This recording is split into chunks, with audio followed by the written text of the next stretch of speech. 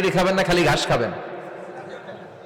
ইচ্ছে মতো ঘাস খাবেন, মানে ঘাস জাতীয় যত আইটেম আছে সব খাবেন, শাক খাবেন, সবজি খাবেন, সালাদ খাবেন, গরু, চিংড়ি, মুরগি, গোশত, ইলিশ কিছু খেতে পারে না।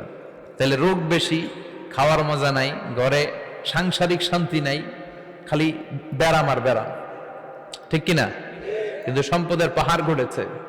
আর অল্প যারা খায়, অল্প পড়ে, রিক্সাওয়ালা, কুলিওয়ালা, অল্প বেতনের চাকরি, কিন্তু হক হালালি মেনে চলে, দেখবেন শান্তি আছে অনেক। হ্যাঁ, বাসা ভাড়া দেয়, ফ্যামিলি চালায়, বাচ্চাদের স্কুল বিল, এরপরও মাস শেষে 1-2 হাজার টাকা হাতে থেকে যায়। আর ওর প্রতি মাসে 10 কোটি টাকা ইনকাম, তারপরও ব্যাংকের ঋণ আছে না নাই? সুখ কারে বলে? কিভাবে আপনি সুখকে ডিফাইন করবেন? সুখ তো টাকায় কিনা যায় না।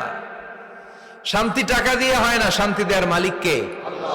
শান্তি আছে অল্প খেয়ে শুকর করার মধ্যে, শান্তি আছে আলহামদুলিল্লাহর মধ্যে। চিল্লায় বলেন ঠিক কিনা?